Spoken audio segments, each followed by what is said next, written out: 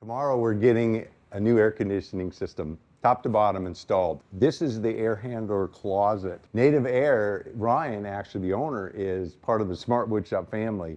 When he found out where I moved here to Florida, he contacted me and said if I ever needed any AC work or tune-up or anything, to give him a call. So this door is a 2.4 door, or 2.0 door. And there's enough room to widen it a bit. Got all new interior doors coming. And we had a door for this one, and it's already paid for. We can't cancel it, but as it works out, we had a bifold at the end of the hall that we decided to take out a couple of days ago, and now this door will be the right size and the right swing to go there. So I need to order this door, but I'm gonna remove this and see how wide I can go. I'd like to go to a 2.6, but as you go 2 inches over, you need to be able to frame 2.8, and it's going to be tough. I'm going to see if I can do it.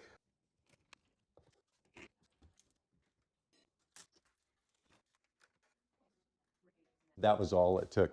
I had my Sawzall out because typically with them nailed off and shimmed, I'd run my Sawzall down and cut all of those. But I got to looking in there, and the other doors I've removed, I realized that no shims, very few nails. Sometimes the screws for the hinges might go through. But you just saw me pull that out. What did it take? 1 minute?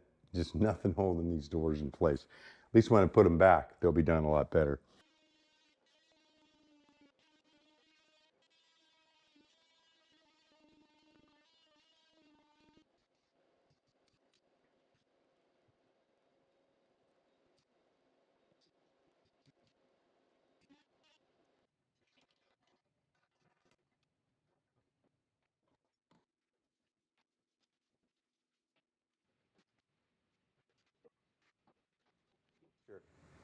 So what we're going to do is when this comes out, we're going to be drywalled to this surface here on both sides.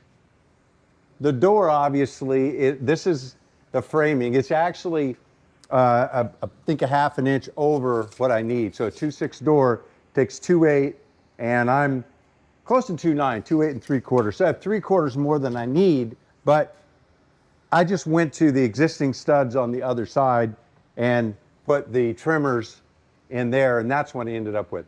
Not a big deal for the door because I can shim out that extra 3/4. But what's going to happen is the jamb is 4 9/16, and they're designed to go from the outside of drywall on one side of a 2x4 wall to the outside of drywall on the other.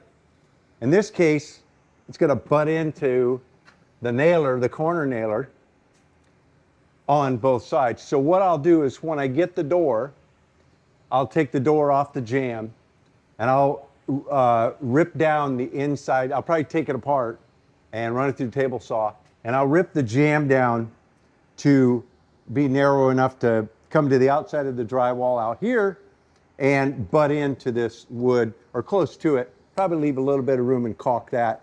So when you open the door all the way up, there'll be the drywall will be ending.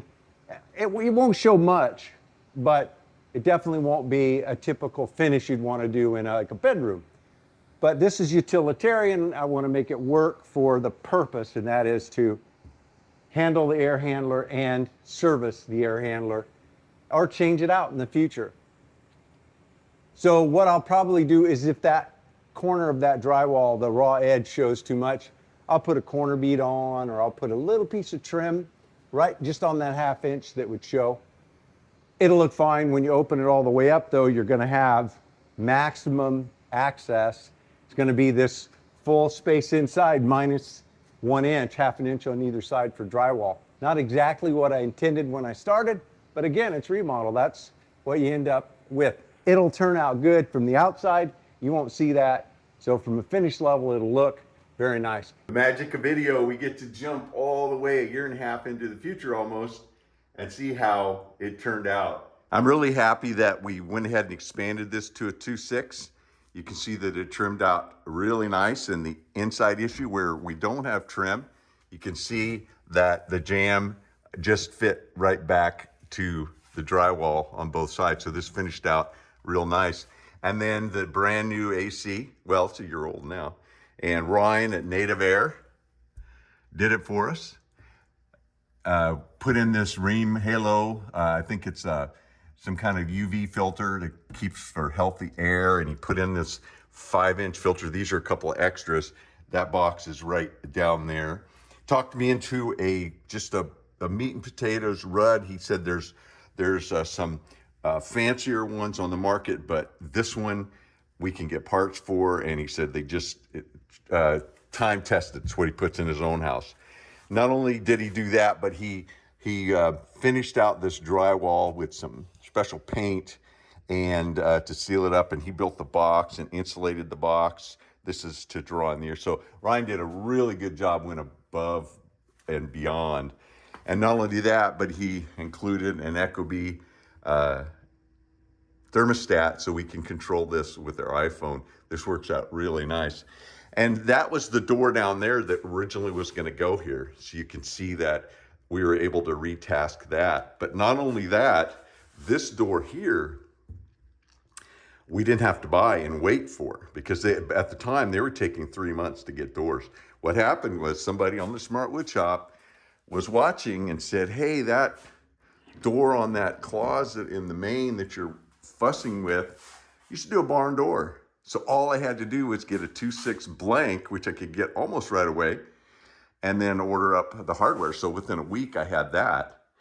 And the door that went here was retasked there. So it turned out great. And one more thing, if I haven't already mentioned it, these doors are solid core doors. I do not like those lightweight hollow core. They just feel so flimsy. I love these solid doors with 3 hinges. They just feel really good. You just know you're in a quality home when you experience that. Mahalo.